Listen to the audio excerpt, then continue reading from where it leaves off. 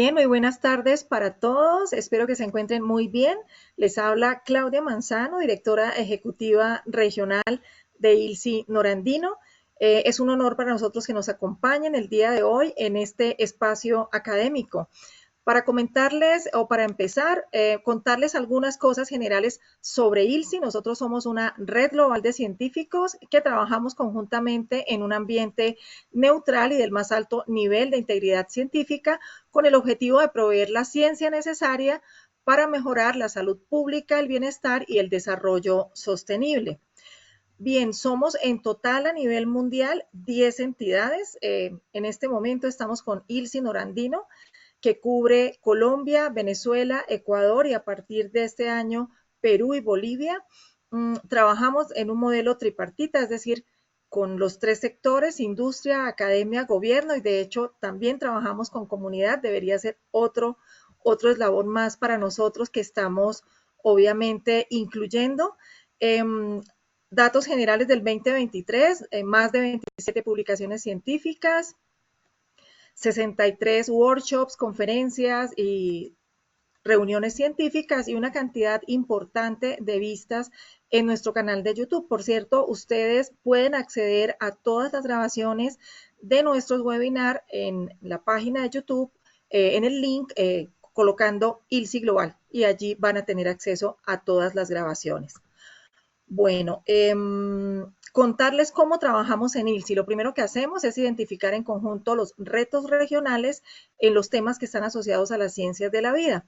Luego unimos las capacidades técnicas y científicas de los tres sectores, industria, academia y gobierno, para contribuir o finalmente favorecer, generando un impacto positivo en la salud pública y del ambiente. La declaración de exención de responsabilidad.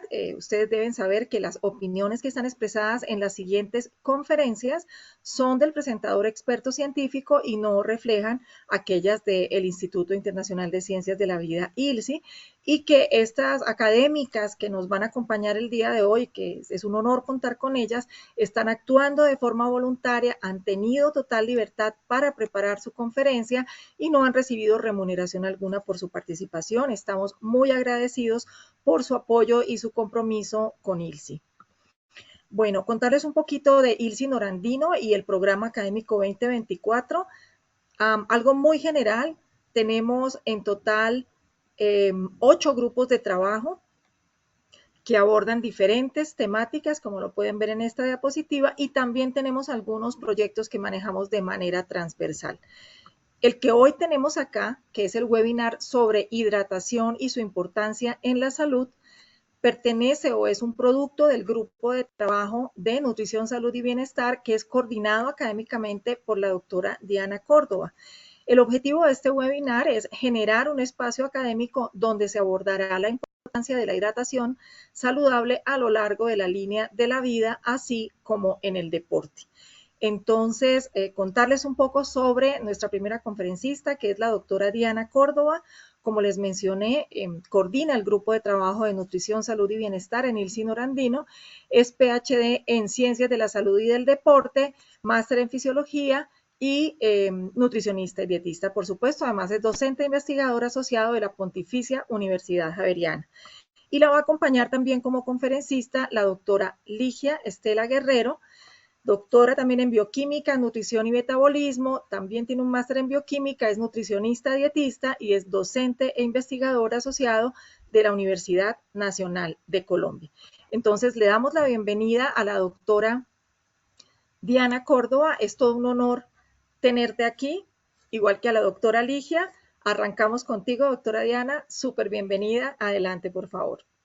Claudita, muy buenas tardes para todos y muchísimas gracias por la invitación y muchísimas gracias a Lilsi por permitirnos generar estos espacios que a la final buscan pues definitivamente compartir los conocimientos en torno a la nutrición, ¿cierto?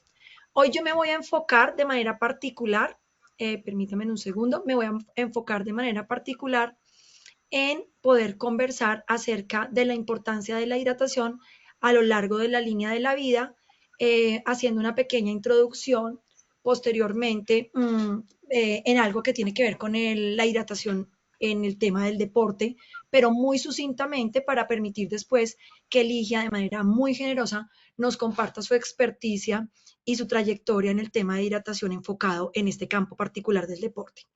Entonces, para empezar, pues yo quiero hablarles, mi conferencia la he querido titular el día de hoy, hidratación, líquidos para la vida, teniendo en cuenta la importancia que tiene el agua dentro de la composición y dentro de un sinnúmero de procesos desde el punto de vista metabólicos y de diferentes procesos a lo largo, digamos, del cuerpo. Recordarles que el agua es el componente más abundante del planeta y de nuestro cuerpo, por lo que se considera un elemento prácticamente imprescindible, lo podríamos decir, en toda nuestra alimentación. ¿Qué vamos a tratar el día de hoy? Hoy de manera general vamos a tratar la importancia del agua y su relación o su relevancia en la salud. Vamos a hablar un poco acerca de cómo es el balance de líquidos, cómo es la ingesta de líquidos de un individuo y cómo es ese balance, cómo lo mantiene el organismo. Vamos a hablar acerca del estado de hidratación, el tema de actividad física de manera general, cómo el estado de hidratación también puede repercutir de manera importante en ciertas funciones cognitivas. Vamos a ir a revisar las pautas más generales de líquidos que tenemos a nivel mundial y finalizaremos, digamos, resumiendo esos aspectos claves para una adecuada hidratación si hablamos de manera general. Entonces, para empezar, tener presente que, por ejemplo, en un adulto, cuando nosotros hablamos de composición corporal, alrededor del 22 al 28% de la composición en una mujer corresponde a grasa, en un hombre de un 12 a un 18%, mientras que el 57% del peso corporal en un adulto, sea hombre o mujer, más o menos, oscila, ese porcentaje corresponde a agua. Entonces podemos ver que dentro de la composición corporal de un individuo, su componente mayoritario sigue o es el agua como tal. ¿Dónde está esa agua o dónde se ubica ese 57% de ese peso corporal?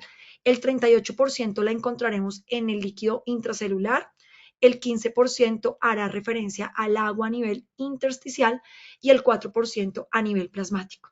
Pero veámoslo de una manera un poco más, digamos, más sencilla de identificar. Aquí tenemos, por ejemplo, nuevamente para recordarles que el 60% del peso corporal de cada uno de nosotros adultos corresponde a agua corporal, de la cual el mayor componente o la mayor distribución estará al interior de las células, seguido por el líquido extracelular, en donde encontraremos tres componentes grandes: el plasma, el líquido transcelular y el líquido intersticial o tisular, que hace referencia a ese contenido de agua que hay entre las células y entre los tejidos. Mientras que en el líquido transcelular, aunque es una cantidad mucho menor, corresponde casi alrededor del 4% del peso corporal, encontraremos líquidos como el líquido cerebroespinal o el líquido cefalorraquídeo, todo lo que son secreciones del sistema gastrointestinal, sinovial, pleural, intraocular y peritoneal. Pero, ¿cómo está el agua corporal total a lo largo de la línea de la vida? ¿Se mantiene constante o va variando dependiendo con la edad? Esto es importante reconocerlo, toda vez que estos cambios que se están dando de manera fisiológica en el agua corporal a lo largo de la vida van a marcar de manera importante los requerimientos hídricos que tengamos en cada uno de los grupos etarios. Y aquí podemos ver cómo los niños, y en particular los lactantes, tienen un mayor contenido de agua corporal en relación con su masa corporal comparado, por ejemplo, con un adulto, y que a partir de los 6 meses de edad ese contenido de agua desciende hasta alcanzar más o menos un 60% y se mantiene constante hasta la etapa prepúber. A partir de los 12-13 años, ese contenido de agua corporal cambia y tiene una característica, digamos, de un dismorfismo, donde podemos ver cómo el contenido de agua corporal total es muchísimo menor a partir de los 12-13 años en las mujeres en comparación con los hombres. Y esto se debe principalmente a la composición corporal de manera general, tanto de hombres como de mujeres, en donde sabemos que las mujeres tienen mayor contenido de grasa comparado con los hombres versus los hombres que tienen un mayor contenido de masa muscular, siendo la masa muscular uno de los reservorios importantes también de agua corporal. Por tanto, claramente, al tener más grasa las mujeres van a tener, como podemos ver en la gráfica, un porcentaje de agua menor a comparación de los hombres. Pero ¿por qué es tan importante el agua en el cuerpo? ¿Por qué es tan importante para nosotros los líquidos? Particularmente, pues voy a hablar del agua, pero ¿por qué son tan importantes en el cuerpo? Porque el agua cumple gran cantidad de funciones. Entre ellas tiene un papel importante en todo lo que son procesos digestivos, todo el tema que tiene que ver con la absorción de nutrientes a nivel del tracto gastrointestinal, al necesitarse precisamente para generar esa disolución de esos nutrientes y permitir que estos puedan ser absorbidos por la sangre y transportados a la célula. También es esencial para que los riñones funcionen de manera adecuada y se eliminen toxinas y otras sustancias de desecho. Por eso, varias de las investigaciones recientes en torno a la importancia del agua se han venido enfocando, por ejemplo, en su relación directa con la aparición, por ejemplo, de cálculos renales, en donde se ha visto cómo aquellas personas que tienen o sufren de cálculos renales tienen una menor ingesta comparada de agua comparada con personas que no sufren de ellos.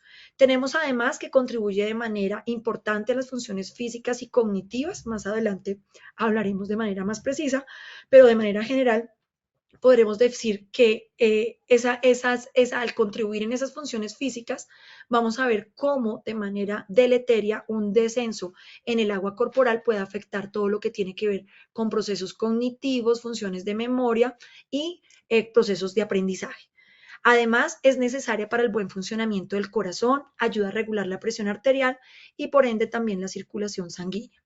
Igualmente, el agua es imprescindible como constituyente esencial de la sangre, ya que permite que a través de ella se transporten carbohidratos, proteínas, minerales, todos los nutrientes necesarios y oxígeno hacia las células y hacia todos los, órganos del cuerpo.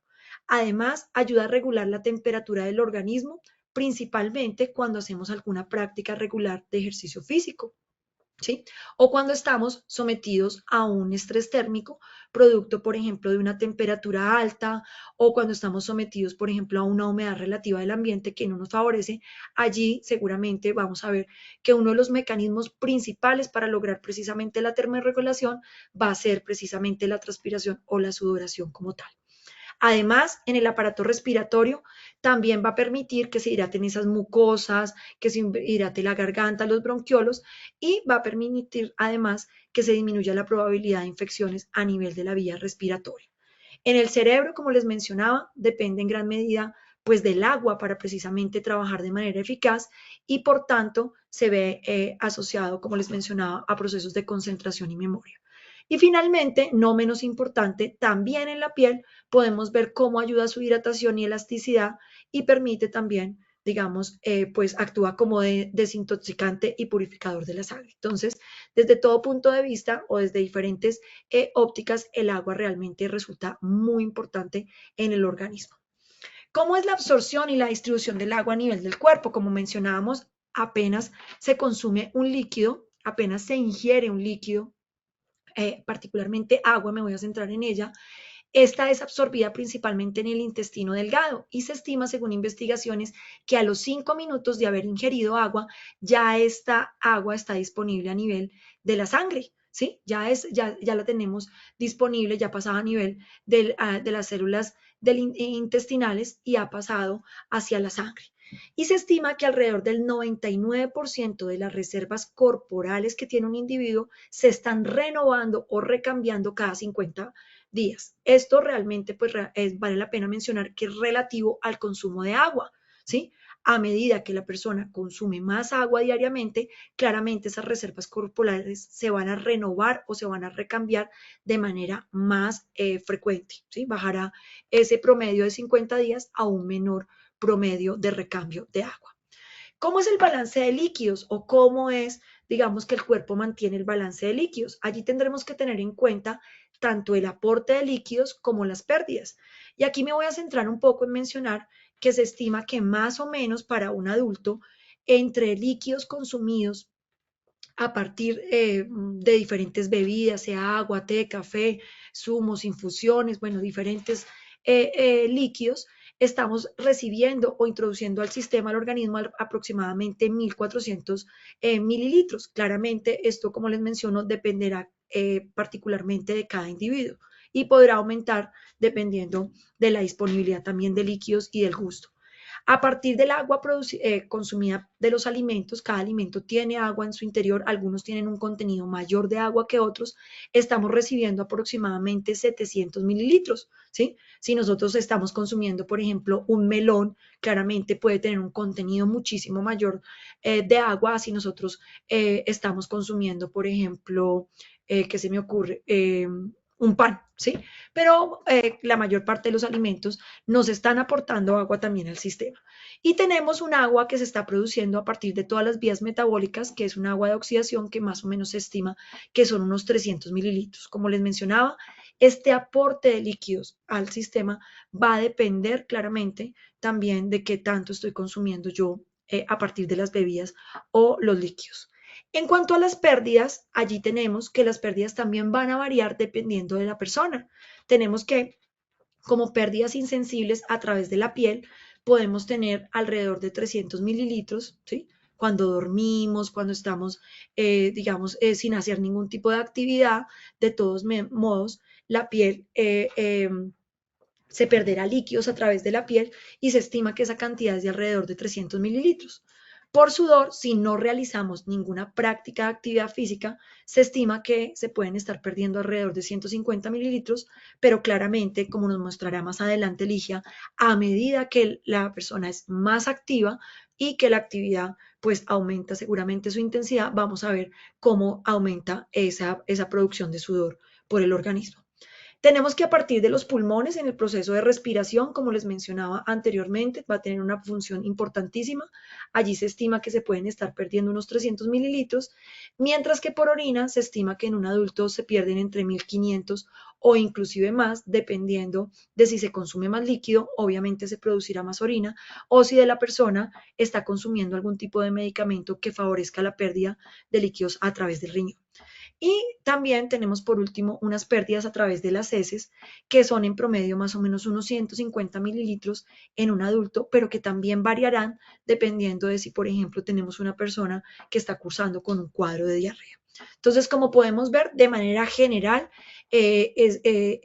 o promedio, eso sería más o menos la cantidad de líquidos que estaría ingiriendo un adulto versus las pérdidas que normalmente tiene producto de las funciones vitales que realiza a lo largo del día. Pero ¿cómo son las características? Como mencionábamos y pudimos ver, vimos que, por ejemplo, los niños tenían un componente mayor de agua y que esto iba disminuyendo a lo largo de la vida hasta alcanzar más o menos los 13 años. Pero es bueno considerar o identificar que la cantidad de agua en la infancia es diferente debido a unos aspectos fisiológicos particulares. Como ustedes se podrán dar cuenta, por ejemplo, los lactantes tienen un mayor contenido total de agua corporal en relación con su peso corporal, ¿sí? Y esto va disminuyendo hasta equiparar el contenido de agua corporal cercano al del adulto, como lo mencionamos anteriormente, hacia los 13 años o a lo que corresponderá a la fase prepúber. Pero también aquellos chiquitines antes de los 2 años tendrán una mayor pérdida de agua debido a que a una menor capacidad para concentrar la orina. ¿Sí? A partir de los 2 años, el riñón adquirirá su maduración y logrará poder concentrar la orina al mismo nivel que se encuentra en un adulto. Además, tenemos que aquellos chiquitos, más o menos hasta los 13 años, tendrán una mayor pérdida de agua insensible por kilogramo de peso corporal. Lo que mostramos allí atrás, que correspondía a 300 mililitros en un adulto, aquí será mayor en estos menores de 13 años, productos de mayores pérdidas de manera insensible. Y además tenemos unas menores pérdidas de agua por la sudoración, ¿sí? Principalmente en los chicos comparado con las chicas, lo cual también va a hacer que el tema de termorregulación pueda ser un derrotero para nosotros cuando el niño o el escolar realiza una actividad física de una intensidad importante.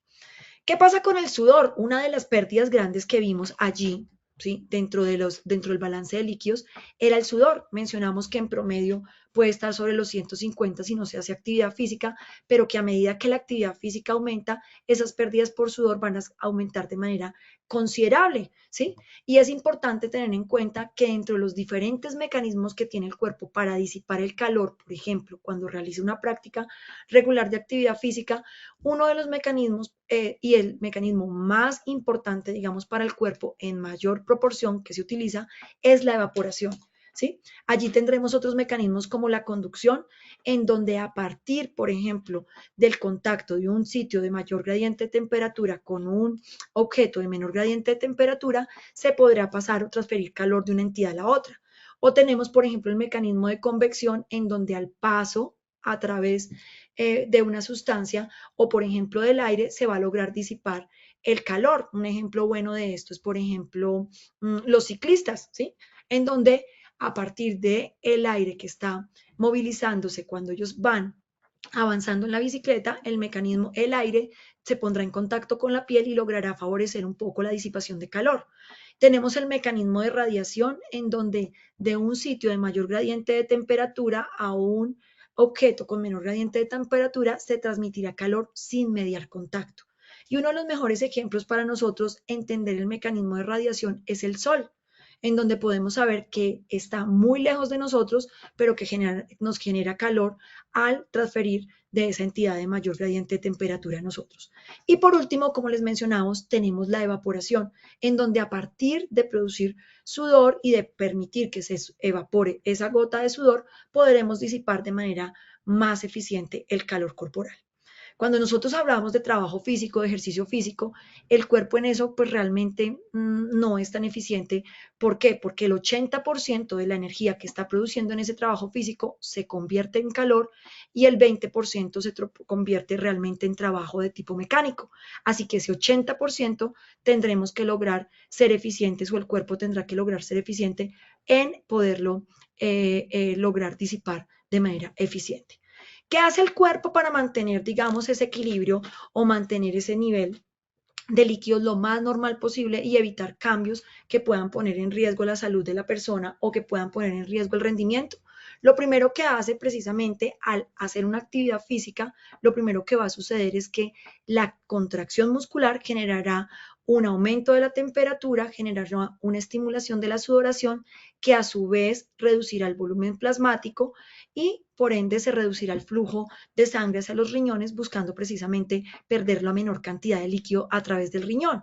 Ese menor flujo de sangre hacia los riñones va a llevar precisamente a que se libere renina a partir del riñón, la renina se convierta en angiotensina 1, favorezca, perdón, lleve a la formación de angiotensina 1 y esta a su vez se convierta en angiotensina 2 y esta por último genere la liberación de aldosterona a partir de la corteza adrenal que estimulará finalmente en los riñones la reabsorción tanto de sodio como de líquido y buscará de esta forma conservar la mayor cantidad de líquido a nivel corporal y de esa manera aumentar el plasma.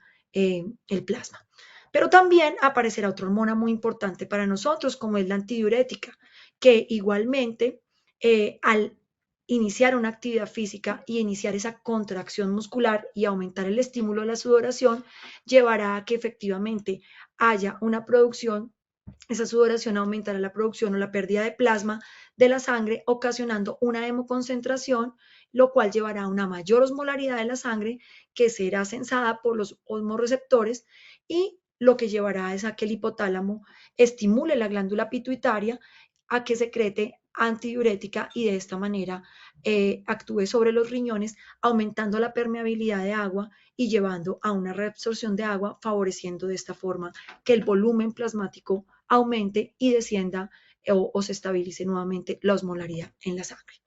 Como vemos, entonces se producirá ese sudor de manera muy general, porque sé que Ligia lo va a hablar más adelante, pero lo que podemos ver aquí es, por ejemplo, una glándula sudorípara. A medida que se requiere mayor sudor, vemos que ese sudor va a estar en gran medida compuesto por agua, por sodio y por cloro, pero a medida que ese sudor va subiendo a través o se va pasando a través de la glándula sudorípara, a medida que va ascendiendo, casi llegando hacia la epidermis, lo que va a suceder es que la glándula se encargará en el conducto superior de reabsorber mayor contenido de agua, cloro y sodio para evitar que las pérdidas de estos electrolitos y de agua sea lo menor posible. Por eso vamos a ver, pero qué puede afectar o cómo puede el líquido o qué puede hacer que un atleta pierda más o menos sudor. Y como les mencionaba, no me detendré ahí mucho.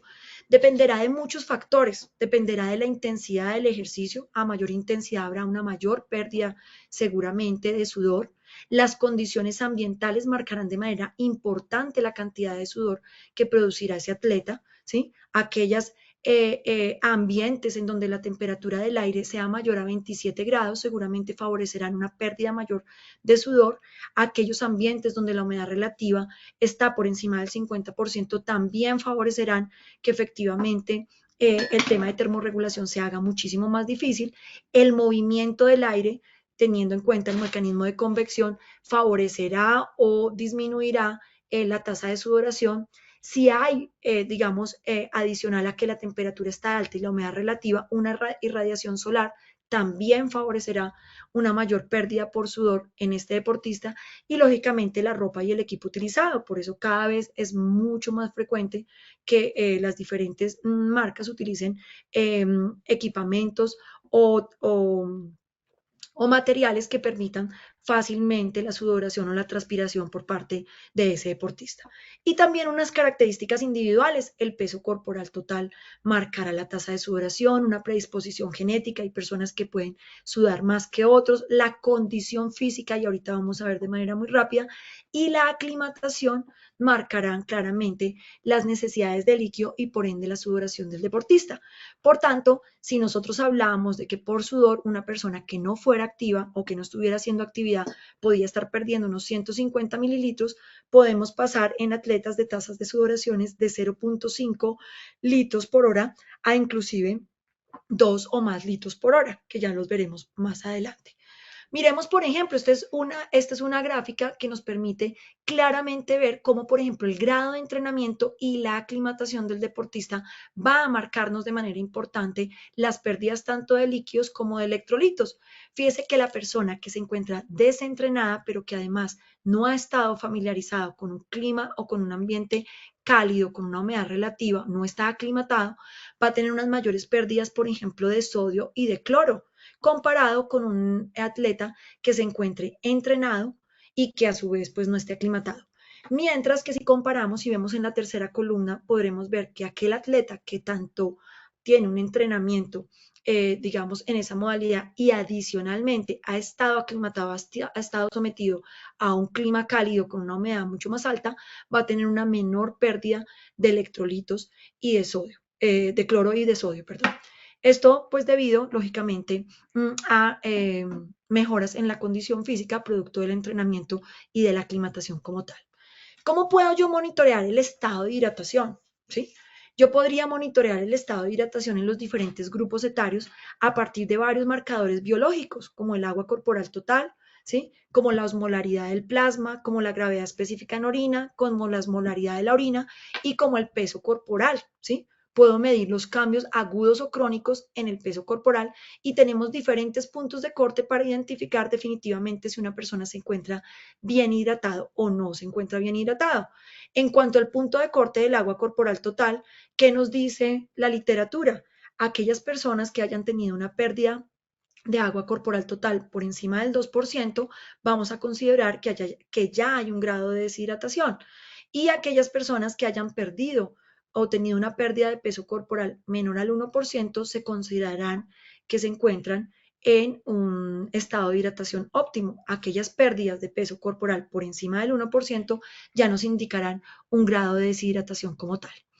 Pero una forma fácil para las personas, digamos, del común, para todos, para nosotros, claramente, es poder identificar la escala del color de la orina, en donde a partir de diferentes grados, como podemos ver en la imagen de arriba, podemos ver que dependiendo de la paleta de color, podemos identificar si la persona se encuentra perfectamente bien hidratado, si se encuentra en algún leve estado de deshidratación o si definitivamente se encuentra en un nivel de deshidratación importante, ¿sí? Aquella orina que tome una coloración muchísimo más naranja, muchísimo más concentrada, pues nos estará indicando claramente que puede haber un nivel o que hay un nivel de deshidratación en esa persona. Entonces es una manera fácil, tanto en personas físicamente activas como en personas del común, que podamos identificar cuando nuestro cuerpo nos está indicando que efectivamente requiere un poco más de líquidos. Pero, ¿qué es la deshidratación? Aunque no hay o no existe una definición realmente absoluta, ¿qué nos dice la literatura? La deshidratación suele definirse como una disminución en el contenido total de agua del cuerpo, debido a que puede deberse a una excesiva pérdida de fluidos, ¿sí? Ya sea por el sudor, ya sea por una diarrea importante, ya sea por una condición patológica que lo lleve a una pérdida de líquidos importantes a través del riñón, o por una disminución en la ingestión de esos líquidos, o inclusive una combinación de ambos. Y allí la literatura nos describe 3 tipos diferentes de deshidratación. Yo voy a intentar ser lo más, digamos, clara con ustedes para poderles explicar en qué consiste cada una de ellas. Allí la literatura nos habla de una deshidratación tipo isotónica, una deshidratación tipo hipertónica y una deshidratación hipotónica. Cuando hablamos de una deshidratación isotónica, lo que vamos a encontrar es una disminución del volumen extracelular con un mantenimiento constante del volumen intracelular, ¿sí? Donde vamos a encontrar que la presión oncótica se va a mantener y la pérdida está debida realmente a una pérdida tanto de agua como de sales, particularmente de sodio. Digamos que en qué situaciones puedo yo encontrar esta deshidratación isotónica. Por ejemplo, en pacientes con una condición de ascitis, en pacientes que tengan o estén en una terapia con manejo con diuréticos, en pérdidas de líquido a través del intestino como la diarrea, ¿sí? En quemaduras, fístulas o hemorragias, o por ejemplo, en el común de las personas, en una adecuada ingesta de líquidos y de sales. Por su parte, en la deshidratación hipertónica, tendremos un descenso del volumen extracelular acompañado de un descenso del volumen intracelular, que hace que el líquido intracelular salga hacia el compartimento extracelular debido a una pérdida de agua con una mucho menor pérdida de sodio, ¿sí? Y esto puede deberse a pérdidas por sudor o puede deberse a una ingesta de agua reducida, ¿sí? O también en condiciones patológicas como vómitos o una diuresis osmótica o una diarrea osmótica.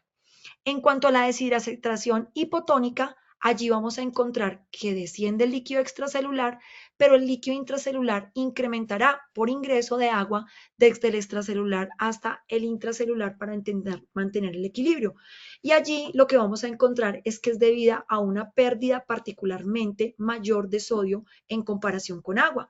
Y allí las situaciones que pueden estarnos ocasionando son pérdidas importantes de sales a través del sudor, pérdidas de sales a través del líquido gastrointestinal, ¿sí? A través de una diarrea, pacientes o personas que por manejo médico estén utilizando algunos tipos de diuréticos y en algunos, digamos, reemplazos de agua sin suministro equilibrado suficiente de sodio o de potasio.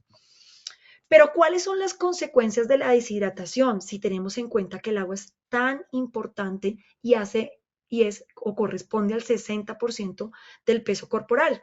A medida que el porcentaje de peso o de deshidratación o de pérdida de agua corporal aumenta en el cuerpo, las consecuencias son más deleterias. Como ustedes se podrán dar cuenta, una pérdida del 1% al 8% del agua corporal nos llevará a sed, malestar, reducción de movimientos, falta de apetito, eritema, inquietud, cansancio, aumento del ritmo cardíaco, aumento de la temperatura rectal y náuseas. A partir del 8% tendremos mareos, dolor de cabeza, falta de apetito, parestesias, disminución de la volemia, sequedad en la boca, cianosis, dificultad para hablar e incapacidad para andar. Y ya en valores superiores al 11%, la persona empezará a cursar con episodios de delirio, espasmo, la lengua estará hinchada, habrá incapacidad para tragar, sordera, visión oscura, piel arrugada, micción dolorosa, piel insensible y anuria, hasta que si el porcentaje de agua es mayor, puede llegar a ocasionar claramente la muerte. Pero, ¿qué efectos? Por ejemplo, vimos los efectos de manera general en el nivel de deshidratación, pero volvamos un poquito a mirar cuáles serían los efectos de una deshidratación o una hipohidratación, por ejemplo, en el rendimiento físico.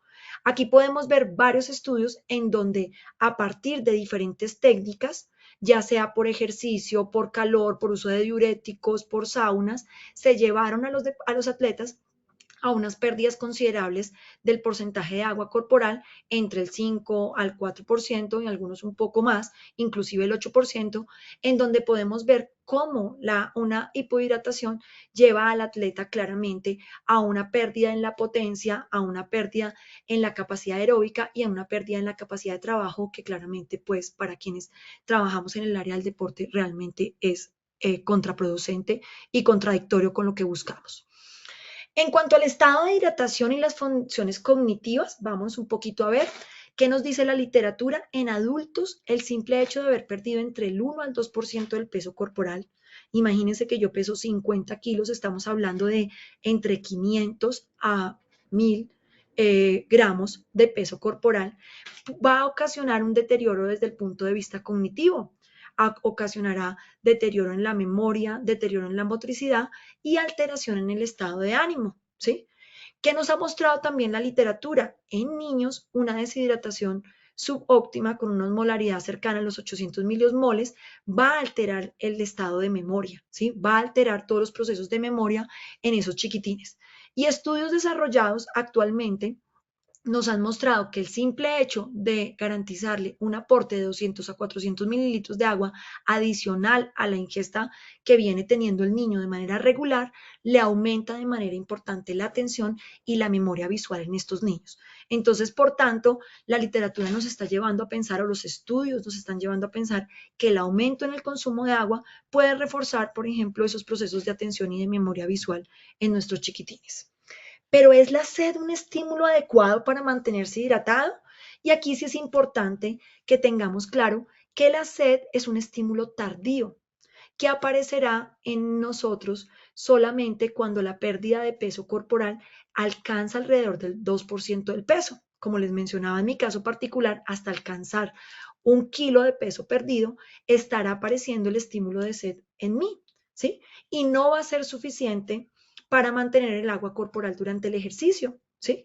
Si yo veo, la sed aparecerá, ¿sí? Aparece la pérdida de peso, un 2% de peso corporal, empiezo a sentir sed, yo empiezo a tomar 1 o 2 sorbos de agua, lo que va a suceder es que inmediatamente el cuerpo envía una información al hipotálamo y empieza a decírsele al cuerpo que efectivamente ya me estoy rehidratando, pero la realidad es que aunque desaparezca la sensación de sed, yo aún no he repuesto la cantidad de líquidos que he venido perdiendo y que me ha llevado a una pérdida del 2%. Por eso, el estímulo de la sed es un estímulo que no nos favorece o no nos puede ayudar tanto a mantener el tema de hidratación. Aparece ya de manera muy tardía y es muy importante tenerlo en cuenta en algunos grupos etarios particulares. ¿Qué factores pueden influir entonces en el consumo de líquidos? ¿Sí? Habrán factores fisiológicos, ¿sí? El volumen sanguíneo, como vimos allá atrás, cuando el volumen sanguíneo disminuye, cuando los niveles de sodio en sangre aumentan y hay, por ejemplo, una hemoconcentración, inmediatamente el cuerpo empieza a solicitar o a poner mecanismos para que efectivamente podamos lograr hacer que efectivamente se empiece a reponer agua. Si yo tengo la boca húmeda, seguramente va a influir en que yo me sienta menos sensación de sed y beba menos. El movimiento de líquido en el estómago, cuando hay mucho líquido en el estómago, la persona puede sentir que está saciado y no sentir las ganas de beber. El tipo de bebida a la que esté expuesta, la temperatura de la bebida, una temperatura muy alta, seguramente va a hacer que yo rechace o consuma más líquido. La disponibilidad de bebida va a ser muy importante, particularmente en 2 grupos muy importantes etarios como son los niños y los adultos mayores, en donde nos hemos dado cuenta que si no tienen disponible o si no les estamos ofreciendo de manera constante la bebida, vamos a tener la dificultad de que se rehidraten y lo que hayan aprendido frente a hidratación, particularmente en el deporte, vamos a ver que seguramente de lo que han aprendido de sus pares o de lo que han aprendido de sus coaches, van a marcar de manera importante el consumo de líquido. ¿Cómo son las pautas de ingesta de líquidos entonces en la población general? Me voy a centrar en la población general. Tenemos recomendaciones de Estados Unidos, tenemos recomendaciones de la Organización Mundial de la Salud, pero yo me quiero centrar un poco en las de la EFSA porque son las más recientemente publicadas, en donde ellos nos muestran los requerimientos de líquidos desde el año de edad y nos hacen la salvedad que efectivamente el aporte de líquido, por ejemplo, en estos chiquitinos va más o menos de 1.1 litros hasta alcanzar más o menos el 1.6 en los 4 a 8 años de edad. Como les mencioné y como pudimos ver atrás, a partir de los 13 años hay una diferencia en el contenido de agua corporal que a su vez también va a marcar una diferencia en los requerimientos de líquidos en los niños y en las niñas. Por eso vamos a ver que a partir de los 9 a los 13 años la EFSA nos especifica que efectivamente los niños, teniendo en cuenta que tienen un contenido mayor de agua corporal, van a tener unas mayores necesidades de líquidos, aclarándonos que el AI o la recomendación de líquidos está alrededor de los 2.1 litros por día frente a 1.9 en las niñas. Y en los adultos, en promedio, o en la población a partir de los 14 años y adultos que no realizan una práctica regular de actividad física, estará en promedio entre los 2 litros para las mujeres y 2.5 litros. ¿Qué líquidos? Cualquier tipo de líquidos, siendo la base o lo más importante, como podemos ver aquí en la pirámide, siendo la base del consumo de líquidos, todo lo que tiene que ver con agua. Seguido después de los demás líquidos con los que estamos familiarizados, café, lácteos, jugos, bebidas, y estando en la punta definitivamente el consumo de líquidos, todas aquellas bebidas que contengan o que tengan un contenido adicional de carbohidratos. Si miramos, fíjese que el estado de hidratación en la actividad física en niños, ¿qué nos dice las recomendaciones? Que en aquellos chiquitines que hacen ejercicio físico, el estado de hidratación va claramente a mejorar la resistencia y que en general, según la Academia Americana de Pediatría y según el American College of Sport Medicine y otras entidades deportivas, en general, el agua debe ser la primera bebida para hidratar estos chiquitines antes, durante y después del ejercicio, si la actividad física es de intensidad leve a moderada. Cuando ya la actividad alcanza una intensidad alta y supera la duración de una hora, es posible pensar o es viable pensar en una reposición de electrolitos también adicional al agua. ¿Qué pasa en el adulto mayor? Y aquí me quiero ir a explicar. En el adulto mayor, como pudimos ver, a medida que va pasando la edad, el contenido de agua va disminuyendo. Y en el adulto mayor tenemos además unos factores de riesgo o unos cambios fisiológicos, perdón, que lo van a llevar a tener un mayor riesgo de deshidratación. Y allí vamos a encontrar lo que les mencionaba, unos menores depósitos de agua corporal. ¿Por qué? Dado por una menor masa magra que se va a dar también a nivel de la adultez, a un aumento de la masa grasa que va a cambiar completamente la composición del adulto mayor y por ende unos menores depósitos de agua corporal, pero también una pérdida de la sensación de sed. Entonces, si nosotros hablábamos que la sensación de sed en un adulto aparece más o menos alrededor del 2% de pérdida de peso corporal, en el adulto mayor la literatura nos habla que más o menos el estímulo de la sed aparecerá hacia el 3% de pérdida de peso corporal, lo que significa que es aún mucho más tardío que en el adulto. Y eso se debe a una mayor secreción, por ejemplo, de la antidiurética, mayores niveles de dopamina, ¿sí? Menor sensibilidad renal a la antidiurética, menor secreción renal de renina, que van a llevar a que todos estos cambios pongan al adulto mayor en un mayor riesgo de deshidratación. Por tanto, para nosotros, como profesionales de la salud, debe ser muy importante cuidar el nivel de hidratación en todas las líneas en todas las etapas de la vida, pero particularmente tanto en los chiquitos por su gran proporción de agua corporal, como en los adultos por estos cambios fisiológicos que lo predisponen a la deshidratación. Entonces, ¿cuál sería la recomendación, por ejemplo, si ya estamos hablando de una persona que, que, que es activa, pero seguramente Ligia nos mencionará un poquito más adelante? Fíjese que la Organización Mundial de la Salud nos muestra una diferencia grande de si la persona hace una actividad física o es una persona considerada físicamente activa. Fíjese que una persona sedentaria, como mencionábamos, bordea los 2,5 litros en un hombre versus 2.2 litros de agua diariamente, y eso puede llegar casi a doblarse si hablamos de una persona que realiza una práctica regular de actividad física, llegando a tener un valor de alrededor de 4.5 litros por día, pero que claramente esto es individualizado dependiendo de, como les mencionaba, de factores como la temperatura donde esté realizando esa actividad, la intensidad, la predisposición genética y un sinnúmero de aristas, la temperatura y la humedad a la que está expuesta. Ya para ir como cerrando, miremos cuáles son los aspectos claves entonces para mantener una hidratación adecuada, ¿sí? De manera general, en adultos, estamos hablando que la recomendación, aunque en este momento disponemos de ahí, pero la recomendación que tenemos disponible oscila entre los 2 a los 2.5 litros de agua, que corresponde más o menos entre los 6 a 8 vasos en condiciones normales, y que claramente ante una actividad física y una temperatura mayor, es probable que esa cantidad tenga que subir, que aproximadamente el 80% del líquido que ingerimos viene producto de agua, de bebidas que consumimos diariamente, y el 20% restante vendrá procedente seguramente de los alimentos que consumimos, frutas, bueno, los diferentes alimentos, que es muy importante beber antes de tener sed, porque como pudimos ver, el estímulo de la sed es tardío, ¿sí? Y aparece claramente cuando la pérdida de peso corporal ha superado el 2% del peso, ¿sí? Por tanto, se recomienda que se esté bebiendo a diferentes intervalos con una cantidad variable dependiendo de la tolerancia, pero más o menos en promedio unos 330 mililitros en un adulto, que es muy importante beber despacio, ¿sí? Pequeños sorbos, y que la bebida esté más o menos entre 10 a 15 grados centígrados, porque eso va a favorecer claramente la absorción a nivel intestinal y la ingesta por parte de la persona. Y que claramente la práctica de actividad física va a cambiar de manera importante dependiendo de la modalidad, dependiendo de las condiciones, dependiendo de la temperatura, dependiendo de un sinnúmero de aspectos, los requerimientos de líquidos y electrolitos. Entonces, en conclusión, ¿qué nos vamos a llevar para la casa? Que a lo largo de la vida existen cambios fisiológicos que realmente condicionan los requerimientos de líquidos. Tendrán los niños una composición, tendrán los niños unas necesidades particulares y los adultos mayores también unas particularidades teniendo en cuenta su fisiología. Que la deshidratación tiene un efecto negativo en muchos procesos, en la tolerancia al ejercicio, en el rendimiento durante el ejercicio físico, pero que también ha demostrado, digamos, efectos deleterios en el punto, en aspectos cognitivos como la memoria y como el aprendizaje. Y que la sed puede no ser un estímulo adecuado para mantener el nivel de hidratación.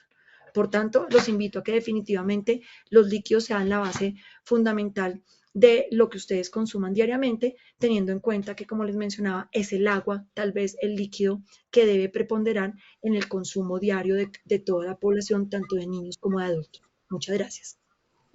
Muchas gracias a ti, doctora Diana. Excelente presentación. En este momento le damos entonces la súper cordial bienvenida a la doctora Ligia Guerrero. Muchas gracias por estar aquí, Ligia, con nosotros.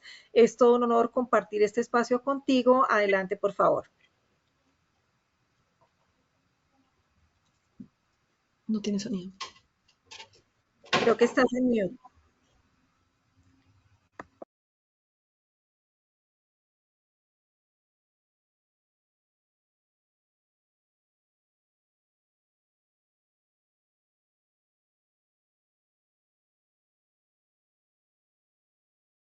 Bueno, esperemos un momento mientras solucionamos el tema del audio de la doctora Ligia. Listo, aquí estamos ya. Adelante, doctora Ligia, súper bienvenida.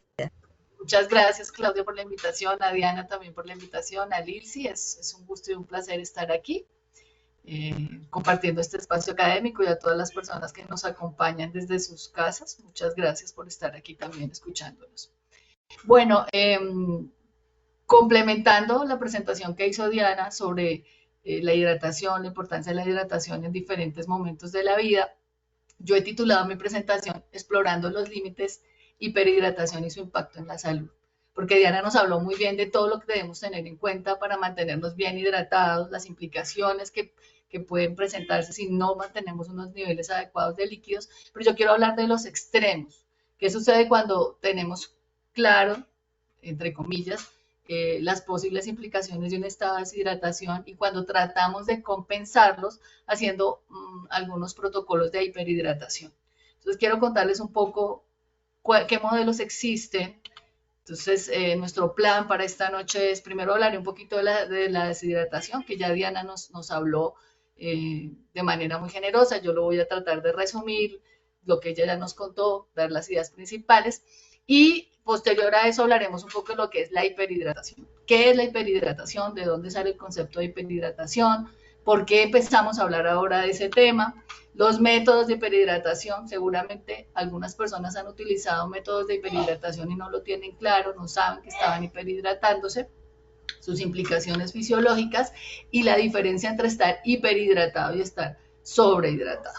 Entonces, para empezar, pues todas aquellas personas que hacen actividad física, aquellos que se están preparando, por ejemplo, el domingo tenemos la media maratón de Bogotá y seguramente hay muchas personas que se prepararon y que entrenaron para esa competencia.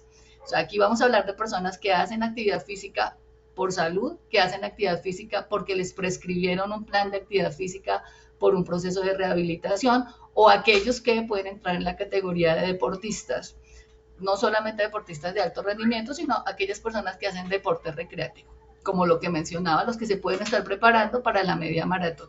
Entonces, Diana nos mencionó muy bien que la actividad física incrementa las pérdidas de líquidos. Es normal perder líquido durante la actividad física, ella lo mencionó muy bien, dijo que 1% se consideraba normal, vamos a perder líquido por un mecanismo de compensación.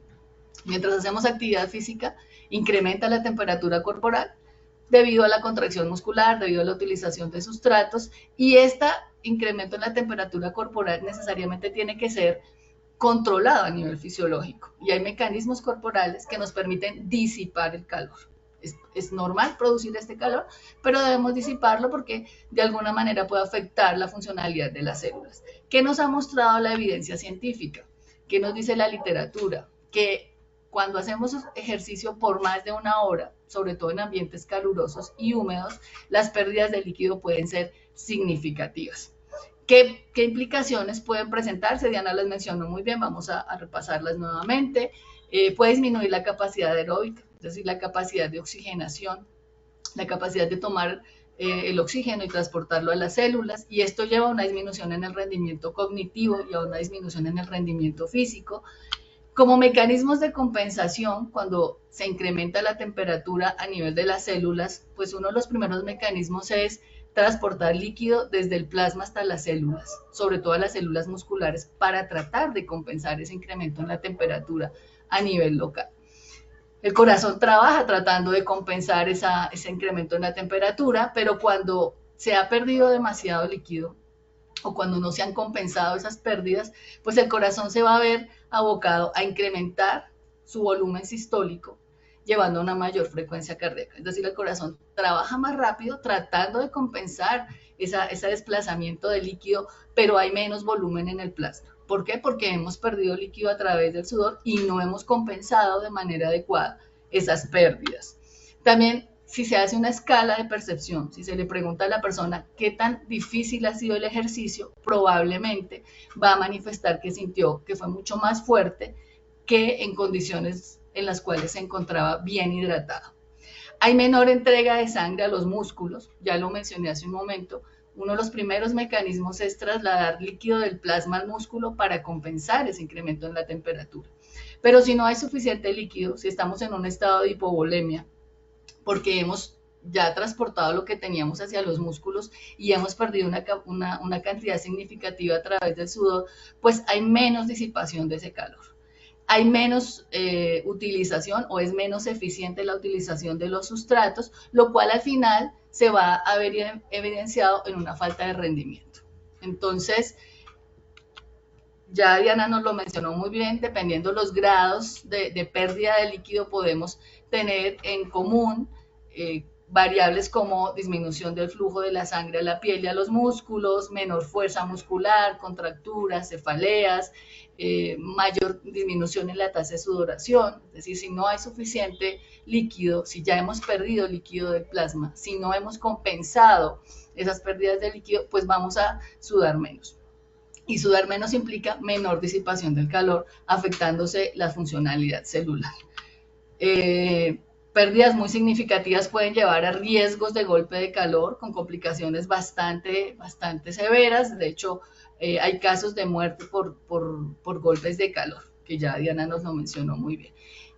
¿Qué nos dice la literatura? Cuando perdemos más del 2% de nuestra masa corporal por líquidos, o sea, por encima de nuestro estado normal de hidratación, solamente un kilo de peso perdido en líquido de nuestra masa total puede llevar a que nuestra frecuencia cardíaca aumente en 4 latidos por minuto.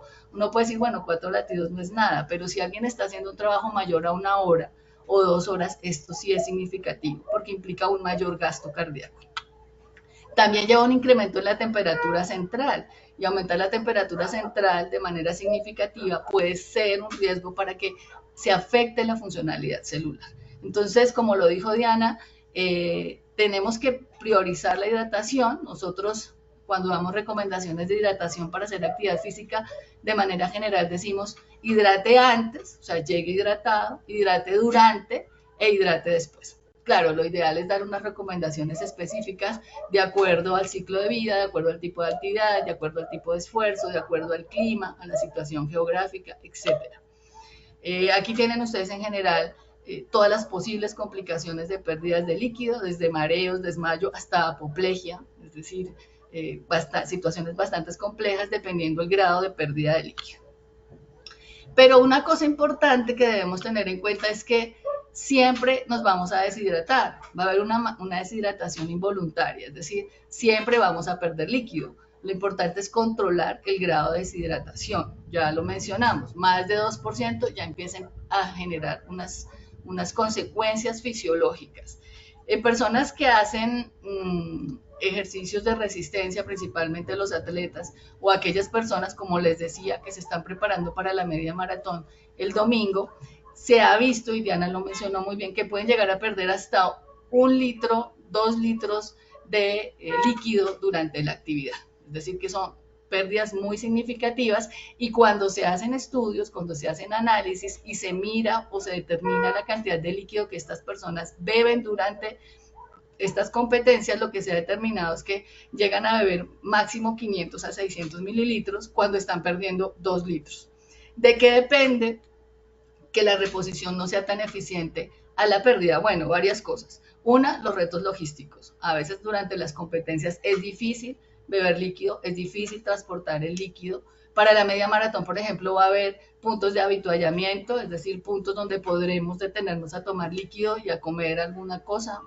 Se prescribió que para esta prueba se van a colocar puntos de habituallamiento cada 2 kilómetros, pero a veces las personas no se detienen a tomar el líquido, o como lo mencionó Diana, a veces dicen no tengo sed, no voy a tomar líquido, y a veces la misma logística de la carrera, ¿no? Hay muchas personas corriendo, o si es una vuelta de ciclismo, o si estoy entrenando, a veces por la misma logística o no se lleva el líquido o no es tan fácil acceder al líquido. Y otras son las condiciones fisiológicas. Muchas veces el nivel de estrés, si es una competencia para la cual la persona lleva muchos meses preparándose, y el nivel de estrés que le genera la misma dinámica de la competencia puede llevar a que considere que no necesita líquido, o a veces simplemente sentir que no tiene sed y pensar que la señal de sed es una alarma, que es ahí cuando debo beber líquido, evita que las personas consuman la cantidad de líquido que requieren. Ya Diana lo mencionó, que nosotros podemos hacer control del estado de hidratación a través de diferentes métodos. Ella lo mencionó muy bien. La sensación de sed no es la mejor señal. Cuando estamos percibiendo sed es porque ya hay cambios a nivel de la presión arterial, ya hay disminución del volumen a nivel plasmático, y ya hay una serie de señales a nivel hormonal que están llevando a que consumamos líquido. Entonces, pues no debemos esperar a sentir sed. Tenemos otros métodos también para controlar el estado de hidratación. Es decir, pueden ustedes estarse preguntando, bueno, yo voy a competir, voy a hacer una carrera, voy a hacer una vuelta ciclística, estoy entrenando, voy al gimnasio y hago una serie de rutinas planificadas y programadas, pero que tienen un objetivo específico. ¿Cómo sé si tengo un buen estado de hidratación o no? Bueno, la primera es la sensación de sed, que ya lo dijimos, no debo esperar a sentir sed para decir voy a beber líquido. Otra es que personalmente uno puede determinar sus pérdidas de líquidos pesándose antes del entrenamiento y después del entrenamiento. No debe uno esperar a la competencia. Es decir, yo no debo hacer esto el día de la competencia porque no tiene sentido. Como vengo entrenando, como vengo preparándome, como vengo siguiendo un proceso, pues en esos periodos previos a la competencia yo debería, si puedo, pesarme antes de entrenar, y al momento de terminar el entrenamiento volverme a pesar. Entonces, si una persona se pesa antes del entrenamiento, después del entrenamiento pierde 500 gramos o pierde 1 kilo, pues es seguramente de líquido. No es muy difícil asumir que es grasa. es líquido y lo que nosotros recomendamos es que se haga una recuperación por lo menos del 100% o del 150%. Es decir, si pierde 1 kilo de peso, debería recuperar por lo menos 1 litro o litro y medio de líquido. Entonces uno puede hacer su pequeño censo, como ven ustedes ahí en la imagen, pesarse varios días en diferentes momentos del entrenamiento y determinar cuál es su pérdida. Y así el día de la competencia o el día del encuentro o el día que va a entrenar, sabe más o menos qué cantidad de líquido debería llevar para recuperar. Otra forma que Diana también lo mencionó es el color de la orina. Dependiendo la escala del color, entre más oscura sea, probablemente puede haber un grado de deshidratación.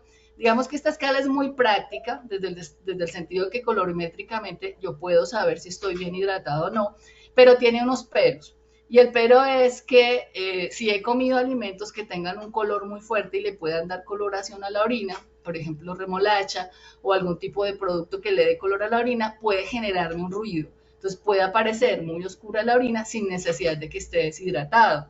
O si estoy tomando suplementos, algunos suplementos de vitaminas, tienden a darle mayor color a la orina. Algunos estudios han mostrado, por ejemplo, que se toma la muestra de orina, se hace la escala de colorimetría y la orina puede dar color entre 7 y 8 y cuando se toma la densidad urinaria, encuentra que está bien hidratado. Entonces, es una muy buena escala, es una herramienta práctica, sencilla, económica. Uno puede aprender a mirar su color de orina, pero debe tener en cuenta eso. Si está consumiendo algún alimento que le pueda dar color o algún suplemento, pues puede estar generando un ruido ahí. Y está la densidad urinaria, que también la mencionó Diana, ese aparato que ustedes ven ahí se llama refractómetro, y lo que uno hace es colocar una gota de orina en el refractómetro y a través del visor puede mirar si la orina, pues determinar la densidad y saber si está bien o no está bien hidratada. Entonces hay diferentes métodos, desde el más sencillo hasta los un poco más avanzados. En personas que entrenan, que tienen un nivel de entrenamiento un poco más específico, utilizamos este tipo de técnicas en equipos de fútbol, de ciclismo, etcétera, o podemos utilizar las técnicas más sencillas en personas que no requieren tanto desplazamiento pues, tecnológico, aunque esto realmente son técnicas muy sencillas para determinar el estado de hidratación.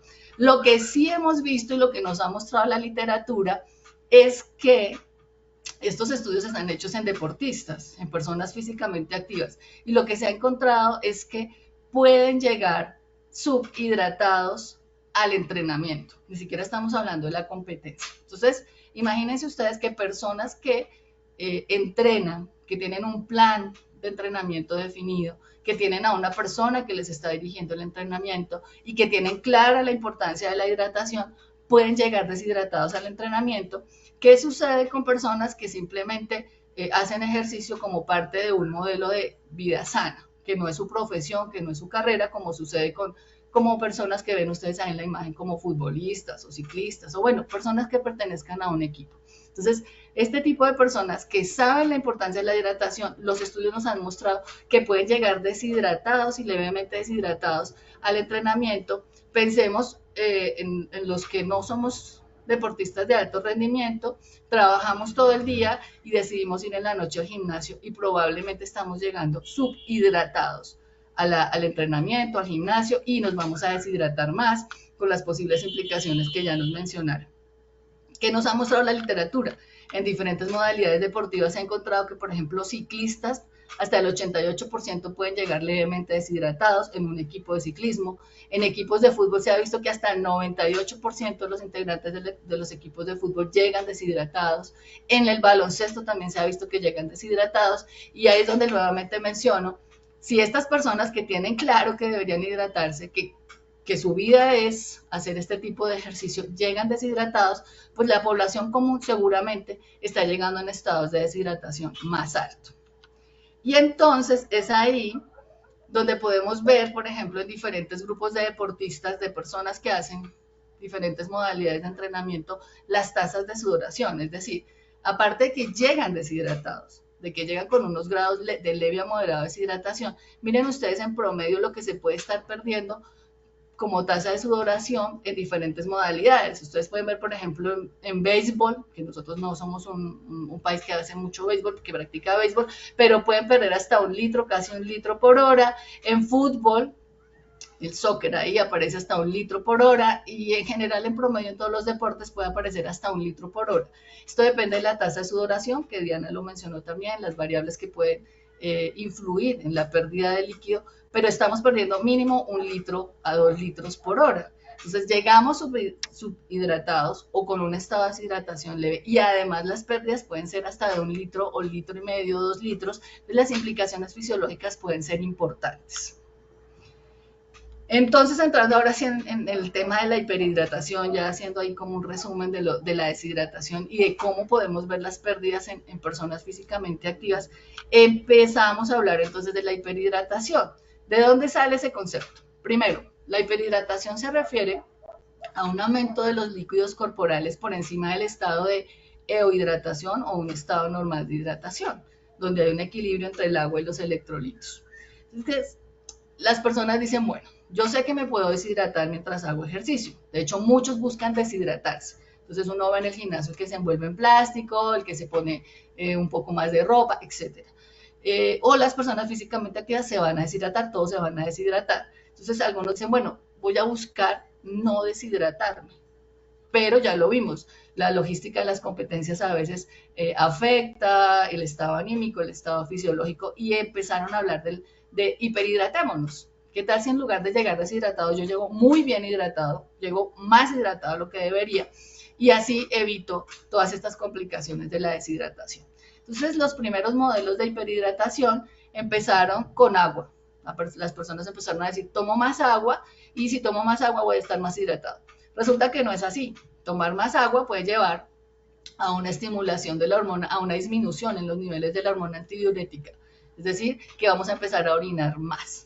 Ahí ustedes pueden ver en la diapositiva un ejemplo de una persona que se toma 1.700 mililitros antes de entrenar o antes de una competencia, buscando estar más hidratado, teniendo como base que perdemos entre 1 o 2 litros en una hora de entrenamiento.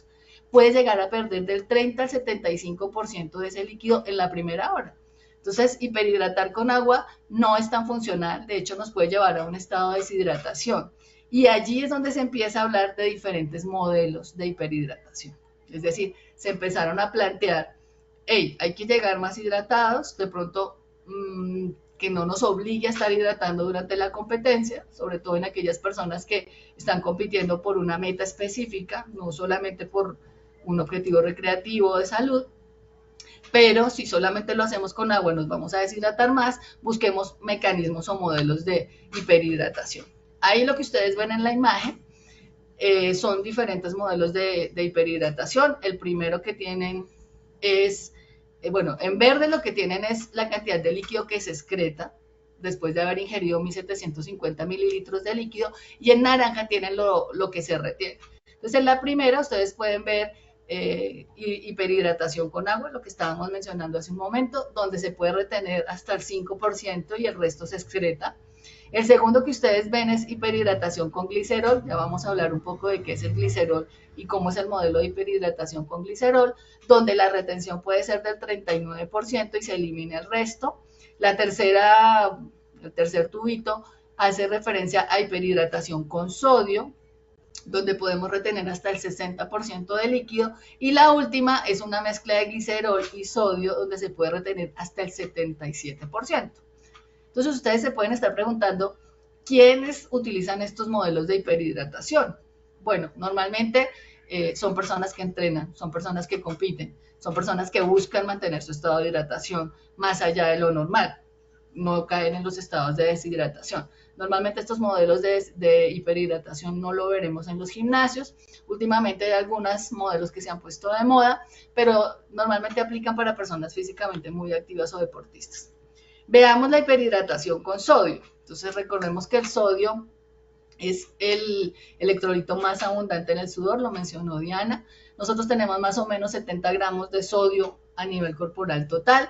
En sangre tenemos más o menos 140 milimoles o 16 gramos y es el electrolito más abundante a nivel extracelular. Nosotros obtenemos sodio a través de la alimentación, a través de diferentes alimentos que contienen sodio o a través de la sal de cocina.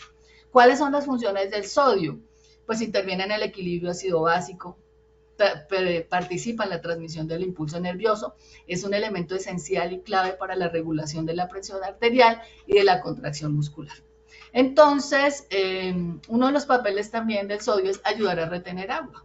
Y quienes saben de eso dijeron, bueno, ¿por qué no incrementamos la ingesta de sodio?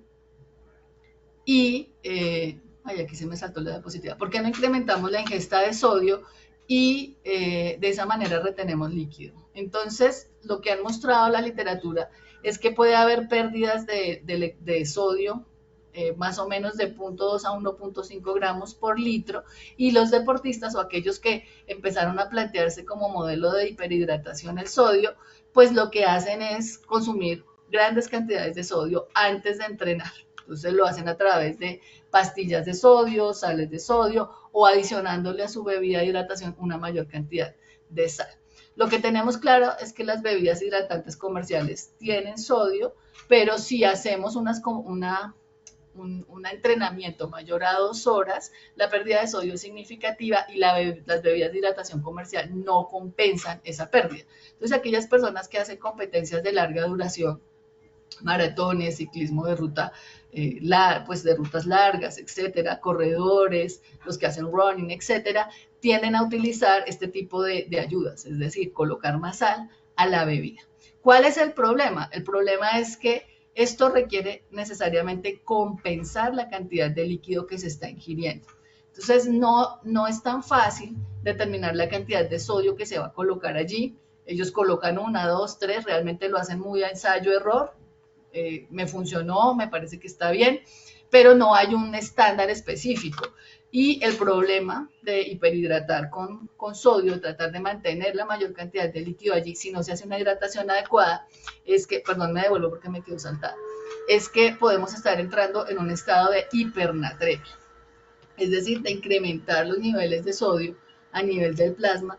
Y similar a lo que se veía anteriormente, la hipernatremia también puede tener bastantes complicaciones, así como puede llevar a alteración de la conciencia, puede llevar a alteración del rendimiento, puede llevar a alteración muscular, si no se compensa ese exceso de sodio a nivel del plasma ingiriendo más líquido. Entonces, si no sabemos qué cantidad de sodio deberíamos colocar, es difícil también calcular la cantidad de líquidos que deberíamos ingerir para compensar ese exceso de sodio que se colocó. Entonces, hay varios esquemas que nos permiten determinar si realmente deberíamos o no utilizar una mayor cantidad de sodio. Es decir, sabemos que se pierde sodio en el sudor, hay unos niveles medios de pérdida de sodio, pero resulta que la pérdida de sodio es muy personalizada. Así como la tasa de sudoración es personalizada, es decir, no todo el mundo suda al mismo nivel, no todo el mundo pierde la misma cantidad de líquidos. Hay personas que entrenan mucho y dicen yo sudo muy poco, hay personas que dicen solamente poniéndome el uniforme deportivo ya estoy sudando de manera profusa. Lo mismo pasa con el sodio. Hay personas que dicen yo sudo mucho y alcanzo a probar mi sudor y realmente no me sabe salado, me sabe ligeramente salado.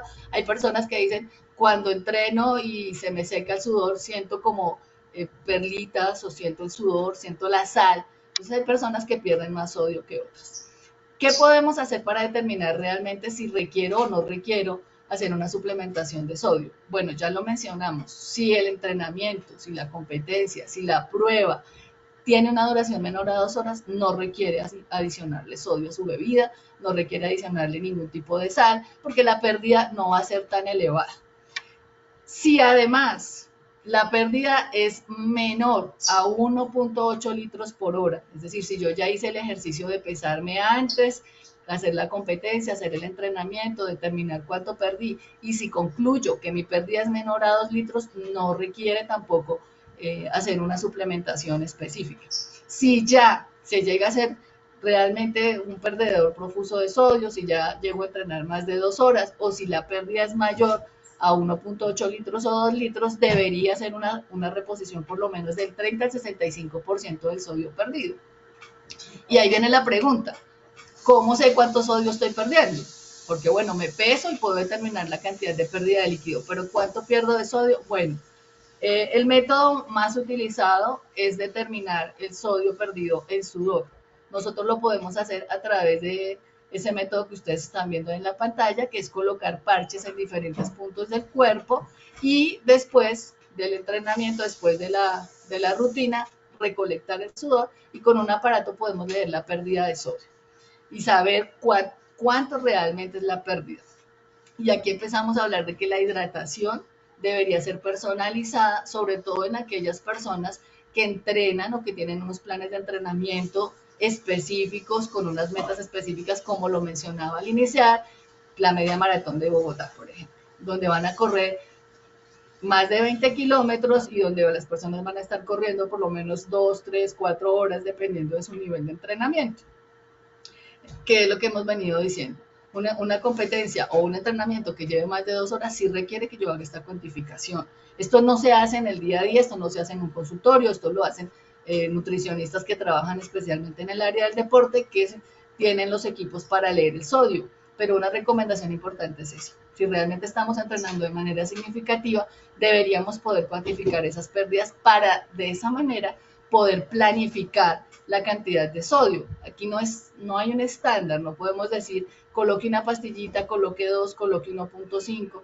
Cuando uno revisa los chats, cuando uno revisa la web, sobre todo de corredores, dicen no, la recomendación es 1.5 gramos por litro, pero es que no todo el mundo pierde los mismos niveles de sodio. Entonces, este es uno de los métodos, es el método más fácil, pero pues no es un método de bolsillo. Como les digo, es un método que se utiliza en personas que tienen unos niveles de entrenamiento un poco más significativos o si personas que compiten de manera recreativa y pueden acudir a un nutricionista o un médico del deporte que sepa hacer este tipo de prácticas.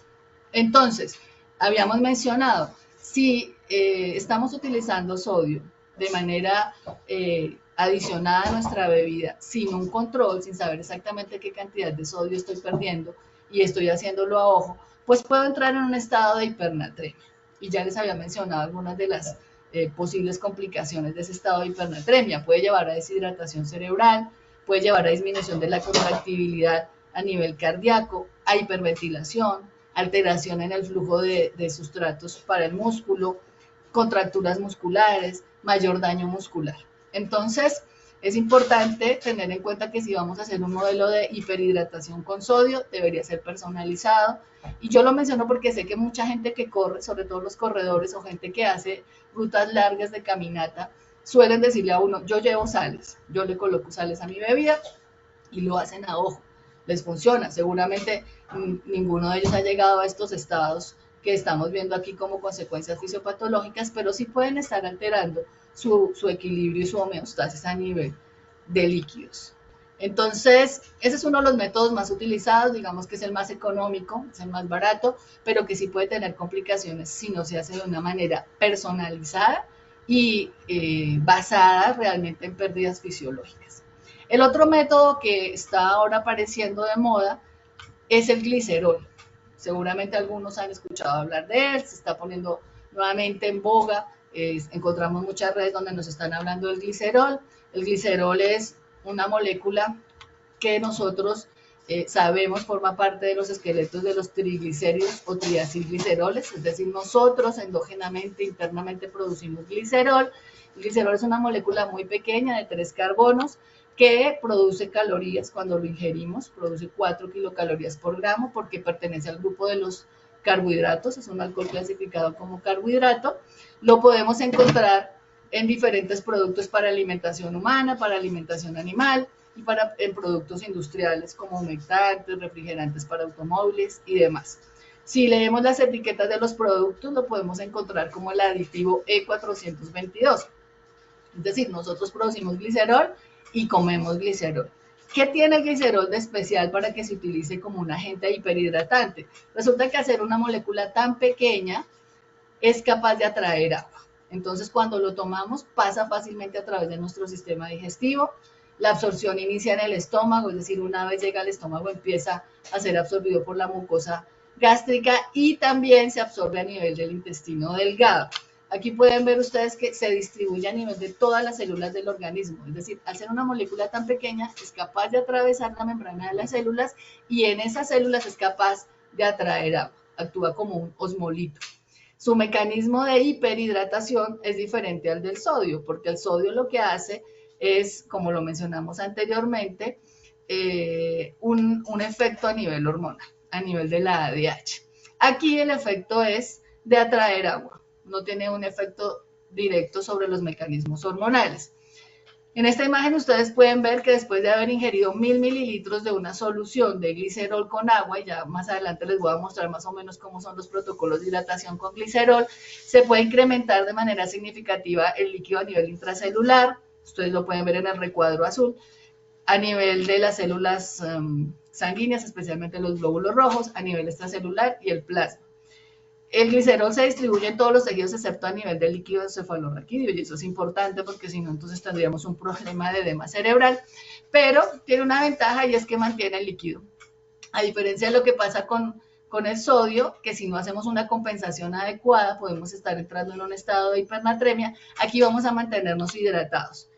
Hay protocolos de hidratación con glicerol antes de una competencia, durante una competencia y después de una competencia, o antes y después de un entrenamiento, pero los protocolos son complejos, no son tan sencillos. Ustedes pueden ver ahí que las dosis son por kilo de peso dependiendo del momento. Hay una cantidad específica de agua que se debe adicionar también por kilo de peso, y entonces el protocolo es complejo, requiere tiempo. Aquí pueden ver ustedes un ejemplo, un sujeto que pese 70 kilos y le vayamos a dar la recomendación que da el Instituto Australiano del Deporte, que está avalado por el Instituto Australiano del Deporte, tiene una etiqueta de calidad tipo A, es decir, es una ayuda con un efecto demostrado. La recomendación es de 1.2 gramos por kilo de peso. Entonces, cuando hacemos todo el cálculo a un individuo de 70 kilos, esta persona tendría que tomarse más o menos 2021 mililitros, es decir, casi 2 litros de agua, entre agua y el glicerol. Y tendría que tomárselo más o menos durante 4 tomas, más o menos cada 15 minutos. Entonces es un protocolo dispendioso, es un protocolo que incrementa la cantidad de líquido. Si una persona que va a correr, que quiere sentirse ligera y acaba de tomarse 2 litros, pues puede complicarle un poco su ritmo de carrera, o si es una persona que hace ciclismo, los ciclistas a veces quieren sentirse un poco más ligeros y tomarse 2 litros puede afectar un poco la velocidad. ¿Qué logramos con el glicerol? Podemos retener hasta 1 litro de agua, es decir, la persona se toma estos 2 litros, puede retener 1 litro o puede retener los 2 litros, puede durar de 2 a 4 horas hiperhidratado, es decir, durante esas 2 a 4 horas no requiere tomar más líquido. Debe hacer el protocolo de hidratación por lo menos 60 minutos antes del entrenamiento o de la competencia. Puede consumir alimentos con el glicerol por lo menos 1 hora antes de iniciar el protocolo, y siempre hay que respetar la capacidad gástrica. Recordemos que la capacidad gástrica de un adulto puede estar entre 800 mililitros a 1500 mililitros y habría que aportar del 50 al 75%. Entonces, el glicerol es una buena opción. Se puede metabolizar entre 2 y 3 horas. La persona puede durar hiperhidratado hasta 48 horas. Los estudios han mostrado que no hay toxicidad con una ingesta hasta de 100 mililitros en humanos, que no llega a ser una ingesta tan alta, pero sí tiene efectos secundarios. Similar a lo que veíamos con el sodio, que el sodio permitía retener agua, pero que si no se compensaba la cantidad de líquidos íbamos a tener efectos secundarios. Aquí también hay una retención de agua sin unas pérdidas significativas, sin alterar la tasa de sudoración, pero puede haber efectos secundarios. Entre los efectos secundarios se ha mostrado que puede haber dolor leve de cabeza, puede haber mareo, vómitos, náuseas, sensación de llenura y diarrea. Entonces, ninguno de estos modelos de hiperhidratación se pueden iniciar el día de una competencia. Hay que iniciarlos por lo menos un mes antes para asegurar que el individuo es capaz de tolerarlos y no presenta ninguno de estos efectos. ¿Qué se recomienda sobre todo con un protocolo de hiperhidratación con glicerol? Hacer entrenamiento gastrointestinal, tanto con el de sodio como con el de glicerol.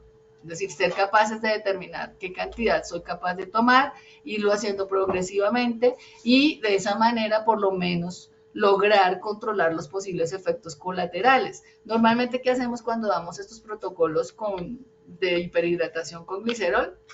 Aplicamos unas escalas de disconfort gastrointestinal.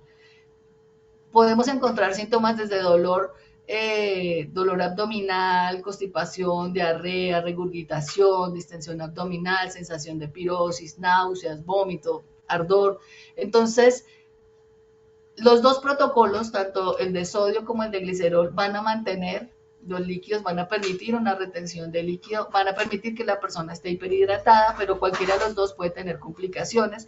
Y lo que nosotros recomendamos es, hagamos un proceso de entrenamiento. Yo quiero hacer un protocolo de hiperhidratación, cualquiera de los dos, pues durante un tiempo prudente, que puede ser un mes, antes de la competencia o antes de la prueba a la que se esté preparando la persona, haga estos procesos de tolerancia y de entrenamiento gastrointestinal para disminuir el disconfort.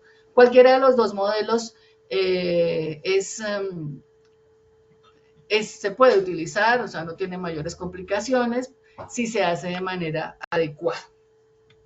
Entonces, por un lado hemos hablado de la hiperhidratación, es decir, mantener una mayor cantidad de líquidos a nivel corporal utilizando algún agente que me permita mantener esos líquidos en el cuerpo. Por un lado el sodio, por otro lado el glicerol. Los dos funcionan de manera adecuada, cada uno utiliza mecanismos diferentes. El sodio lo que hace es retener el líquido a través de mecanismos hormonales con una acción directa sobre la hormona antidiurética. El glicerol lo que hace es actuar como un agente como un osmolito que atrae agua y mantener el líquido dentro de las células, y cualquiera de los dos puede tener complicaciones que requiere de todas formas utilizar un protocolo de entrenamiento gastrointestinal y de tolerancia. Y viene otro término y otro concepto, y seguramente allí sí muchas personas pueden decir, yo he estado en el estado de sobrehidratación, porque los de hiperhidratación pues requieren un agente que me permita mantener esa concentración de agua en las células. Entonces, cuando hablamos de sobrehidratación, hablamos de tomar una mayor cantidad de líquido por encima de la recomendación, que fue lo que mencioné inicialmente, que fue uno de los primeros modelos que se empezó a utilizar como hiperhidratación, pero pues como lo que se hace es tomar mayor cantidad de agua sin electrolitos, pues va a haber una pérdida mayor por un efecto directo sobre la hormona antidiurética. ¿Qué puede pasar aparte de la pérdida de líquido de manera significativa? Que ya lo mencionamos, que puede perder entre un 30 y un 65% del líquido ingerido en la primera hora.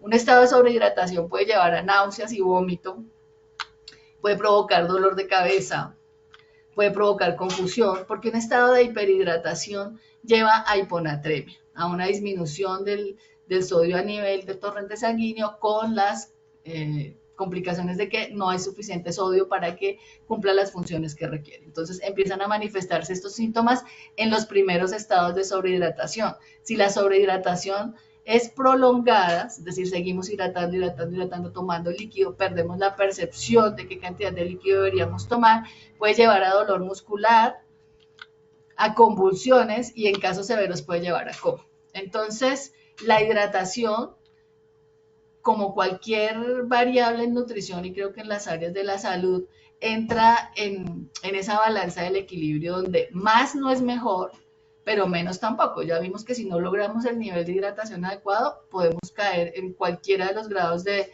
deshidratación con las posibles complicaciones y llevar a un estado de sobrehidratación sin utilizar un agente que me permita retener el líquido, me puede llevar a cualquiera de estas complicaciones. Utilizar los protocolos de hiperhidratación también requieren cuidado, requieren entrenamiento, requieren asesoría por parte de un profesional. No podemos empezar a colocarle sal a la bebida solamente porque el sodio me permite retener. No podemos ir a la droguería y comprar glicerol. De hecho, en el mercado se consigue glicerol específicamente para actividad deportiva. Entonces, hay que tener cuidado con eso. Aquí tienen ustedes en la imagen como un resumen de lo que puede pasar desde los dos lados, es decir, si hacemos un estado de sobrehidratación y caemos en un estado de hiponatremia y todas las posibles complicaciones que ya mencionamos, o si nos vamos a utilizar agentes como el sodio, donde podemos entrar en un estado de hiponatremia también con unas complicaciones posibles, o si utilizamos glicerol y no hacemos el entrenamiento adecuado, pues también entramos en complicaciones que pueden ser bastante significativas. Entonces, la pregunta es ¿con qué hidratar? Porque hemos hablado de los protocolos de hiperhidratación. Los protocolos de hiperhidratación son adecuados y son una buena alternativa cuando vamos a hacer una actividad mayor a 2 horas, cuando la pérdida de líquido es significativa, cuando sabemos que somos perdedores importantes de sodio. Pero la mayoría de la gente no hace competencias de entrenamiento mayor a 2 horas. sino que va al gimnasio, hace una rutina de 1 hora, hora y media, o sale a montar su bicicleta, etcétera, y sus tiempos no son tan prolongados. Entonces, en estos tiempos, o sea, en estas actividades que tienen una duración menor a 2 horas, no se recomienda ninguno de los protocolos de hiperhidratación. Y ahí viene la pregunta, ¿con qué hidratamos?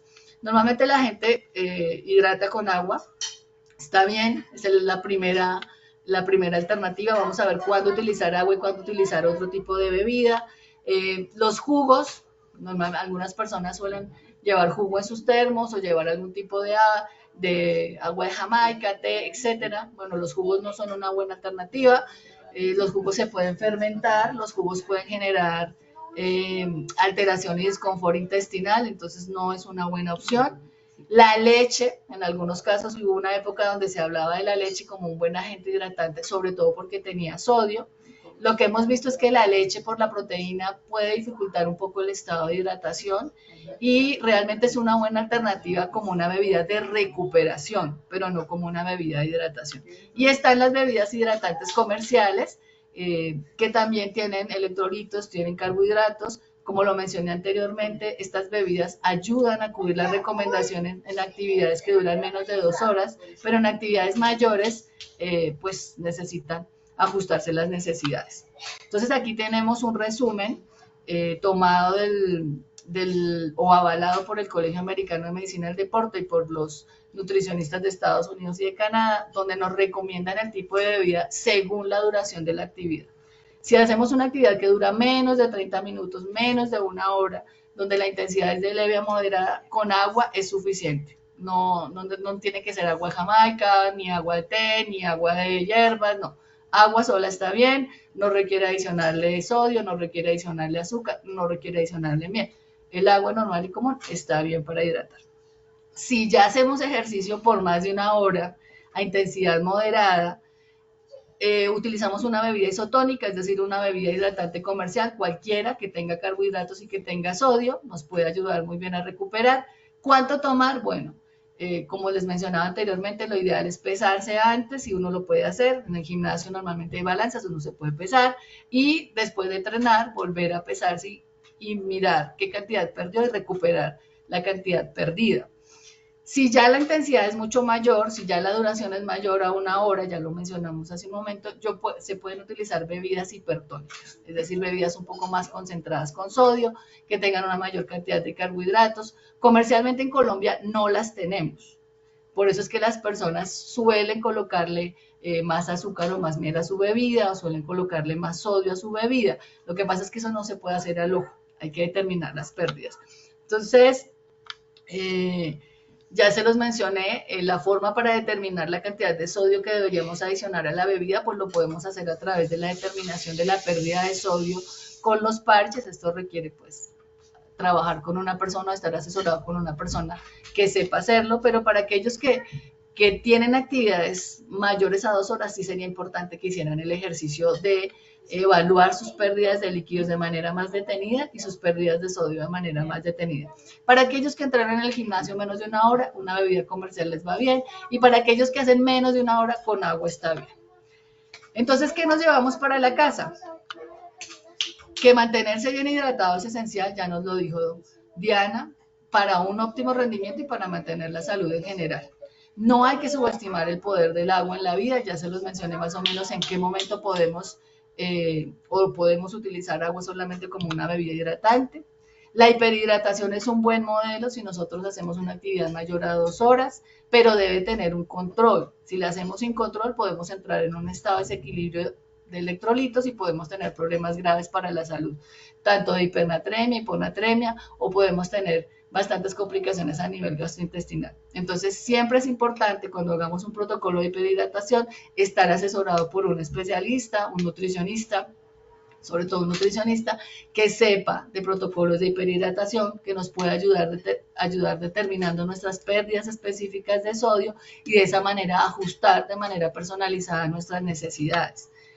La sobrehidratación, que es lo más común, donde la gente toma unas grandes cantidades de líquidos, sobre todo agua, puede ser muy complicada, o sea, puede llevarnos a un estado de deshidratación mayor. Entonces, más no es mejor tampoco, hay que ajustar las necesidades de acuerdo a la condición de cada uno, de acuerdo a su nivel de vida, de acuerdo a su nivel a su ciclo de vida, a su momento de vida y al nivel de entrenamiento o al nivel de intensidad con el que trabaja. Entonces, como para cerrar, recordemos que la hidratación adecuada es la clave para el bienestar, es una de las muchas claves que influyen en el rendimiento. Hay que encontrar un equilibrio, hay que mantenerse informado y sobre todo tener la asesoría adecuada para mantener un estado adecuado.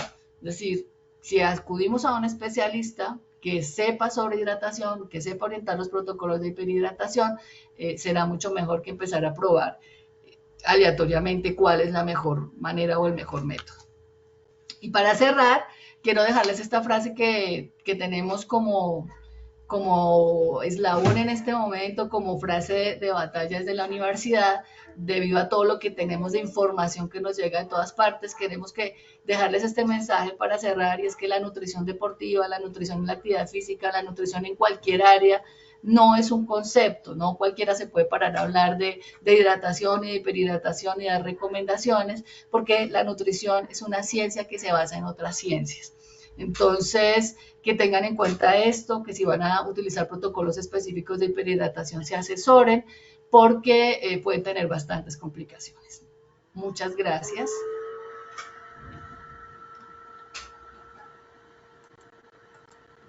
Bien, muchísimas gracias a ti, Ligia, y a ti, Diana. Ha sido realmente una sesión con ustedes absolutamente enriquecedora. De los comentarios del público que nos acompaña, de las personas que han otorgado parte de su valioso tiempo para estar aquí con nosotros, aprendiendo todo lo que ustedes tienen para enseñar. Felicitaciones, es lo que es repetitivo dentro de los comentarios. Una pregunta específica que llegó sobre un tema de hidratación en menores de 18 años, y precisamente la doctora Ligia en la última parte de su conferencia le ha dado respuesta completamente. Entonces, nada más que agradecerles infinitamente por estar aquí, por ser tan generosas. Las dos las admiramos inmensamente. Como saben, y es un gran honor para nosotros haber podido contar con ustedes. Un abrazo grande. Esperamos contar con ustedes, seguir contando con ustedes, porque vienen dos webinars, uno en agosto y otro en octubre, que están liderados por la doctora Diana. Entonces esperamos poder seguir contando con ustedes. Un abrazo enorme de parte del equipo de Ilse Norandino, y que tengan una feliz noche. Muchas gracias. Feliz noche para todos. Mil gracias. Chao, chao. Feliz noche, Ligia, y gracias a todos por la todos. Gracias a todos por estar Gracias. Chao, chao.